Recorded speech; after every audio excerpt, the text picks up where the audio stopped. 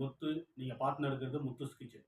இன்னைக்கு என்ன பார்க்க போறோம்னா, அருமையான ஒரு மிளகா பஜ்ஜி எப்படி செய்வதுன்னு பார்ப்போம். வாங்க வீடியோக்குள்ளே போகலாம்.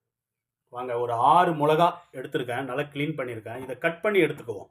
பாருங்க, இந்த மாதிரி கட் பண்ணி எடுத்துக்காங்க. எவ்வளோ அழகழகாக இருக்கு பாருங்க. இப்படி கட் பண்ணி எடுத்துக்காங்க. வாங்க, இப்போ மாவு மிக்ஸ் பண்ணிக்குவோம்.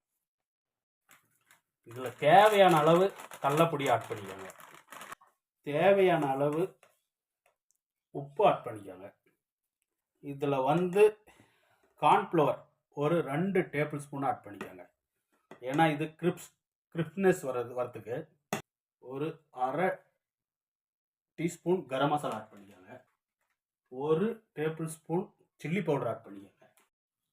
ஒரு பிஞ்சி பெருங்காய தூள், காயப்பொடி. இப்போ நல்லா போட்டு இப்படி மிக்ஸ் பண்ணிவிட்டு தண்ணி ஊற்றி நல்லா கலவையாக கலந்துக்குவோம்.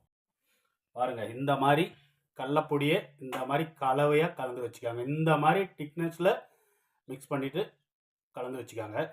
இதை இப்படி வச்சுட்டு ஒரு கடாய் வச்சுருவோம்.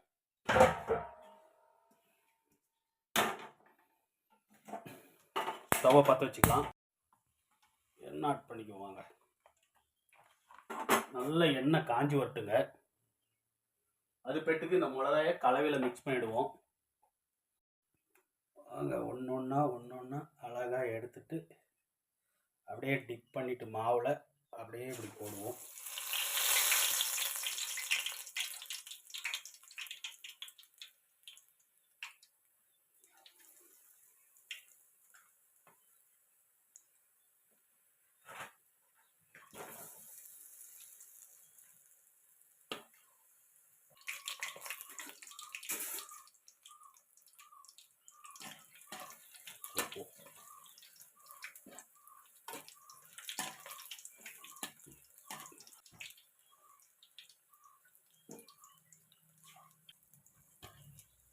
எப்படி இருக்கு பாருங்க. அப்படியே கோட்டடாயிட்டு லைட் கோட்டடாக இருக்கு பாருங்க.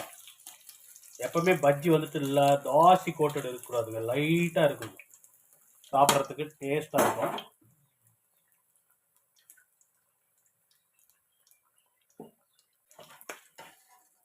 இப்போ இதை எடுத்துருவோம்.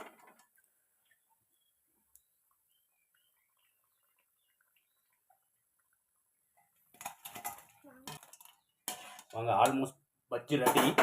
வாங்க, இது டேஸ்ட் எப்படி இருக்குன்ட்டு பார்த்துருவோம். வாங்க, பஜ்ஜி ரெடி. டேஸ்ட் எப்படி இருக்குன்னு பார்ப்போம்.